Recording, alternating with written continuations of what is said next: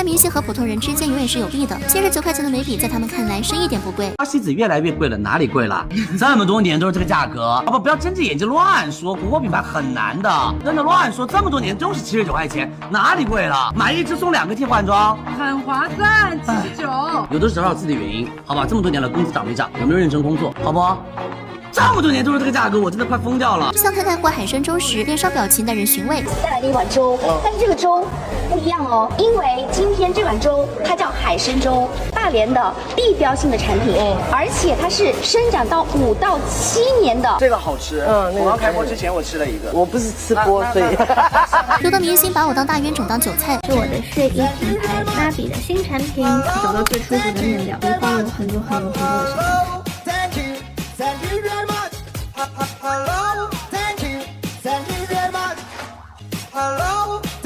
黄鹤棣24岁生日时送给粉丝的礼物是：今天就是说一下，哈哈，我要当主理人了。所以我自己呢，就是想把这个作为我自己24岁的一个生日礼物送给自己。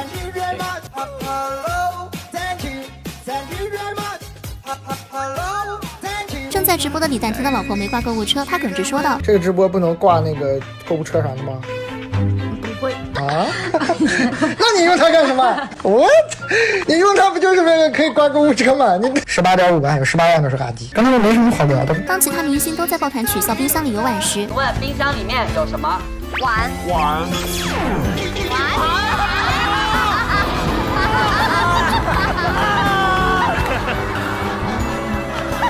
冰箱里面怎么有碗啊？冰箱里怎么会没有碗？而杨紫却对冰箱里囤满了馒头侃侃而谈。哇，好多馒头！1、2、3、4、5、6、7、8、9、10、11、12。我觉得你们家是有末日情怀吗？就是储存在那，饿了就可以蒸一个吃啊。很难买到的，珍惜的。就是普通超市买的。超市是特别远吗？没有。虽然是顶流小花，但她却不像其他明星那样高高在上。当林大厨要她把煮老的蔬菜倒掉，杨紫躲到角落，不断徒手往嘴里塞蔬菜。把这个青菜给我倒来，不行，要新鲜的。这还是烫的呢，好浪费啊！不行，不要。它倒了呀。是。你确定吗？不是自己可以啊？确定，快点。这还是烫的呢。要倒了。很新鲜的，一会儿我吃。重新烫快哦。遇到结不了账的外国客人，实习生只能耐心解释原因。Have any machines that can accept credit card? No, I can't. Just left here. Yeah.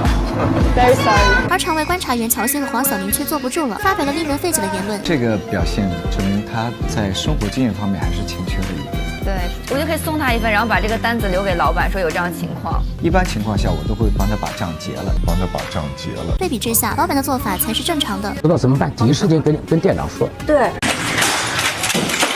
而有的明星心疼我的钱包，把我当自己人。因为我是穷孩子，我知道一个，比如说几千块钱的飞机票，我知道几百块钱，我知道几十块钱对于一个学生是一个什么概念，对于一个普通的家庭是一个什么概念，我知道对于一个下岗的职工是一个什么意义。这个钱可以干很多有用的事情，我觉得有愧，我不知道怎么面对这些礼物，而且说实话，这些礼物我不知道谁送的。所以内娱其他明星到底在高贵什么？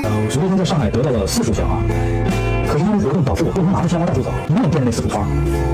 一束花最便宜应该100多块钱，上海物价那么高，应该是1、200块钱，4束花就意味着800块钱，我白扔了将近1000块钱，1000块钱是我挣的，凭什么？有钱人真的就能高人一等吗？79块钱对于普通人来说到底意味着什么呢？普通超市鸡腿肉10块钱一斤，在普遍在2到5块一斤。79可以买5斤肉，再买4斤菜，能满足全家人一家的温饱。79还可以是整整30斤的大米，又或者是2箱牛奶。环卫工人从凌晨4、5点扫大街，还有很多刚出社会的年轻人一天也赚不到79。可能对有钱人来说，当然不会觉得79块钱一支0.08克的眉笔贵。可能只有经历过低谷的人才能共情普通人吧。跟很多人的苦相比，我们这所谓的苦不值一提。今天我们遇到的所有群演，他们此时此刻能吃上这顿吗？舍不得呀，一天就挣100块钱、120块钱，怎么可能大家凑在一起吃个大餐？